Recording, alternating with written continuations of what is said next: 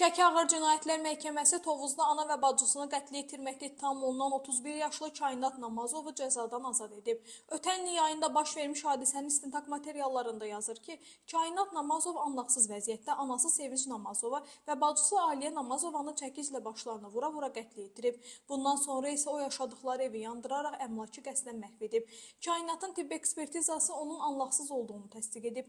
Bu əsasla prokuror da onun cəzadan azad edilərək məcburi müalicəyə cəlb edilməsini istəyib.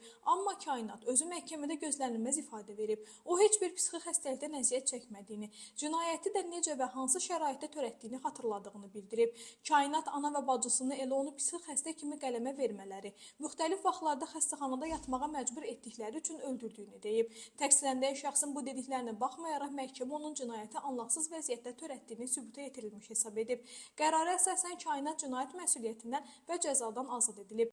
Onun müalicəsi Səhiyyə Nazirliyinin bir saylı Respublika Psixiatriya Xəstəxanasına həvalə edilib. Qeyd edək ki, Kainat Namazovun atası Elbrus Namazov keçmiş məmur olub. O uzun müddət Əmək və Əhalinin Sosial Müdafiəsi Nazirliyi yanında Dövlət Sosial Müdafiə Fondunun Tovuz rayon şöbəsində məsul vəzifələrdə çalışıb.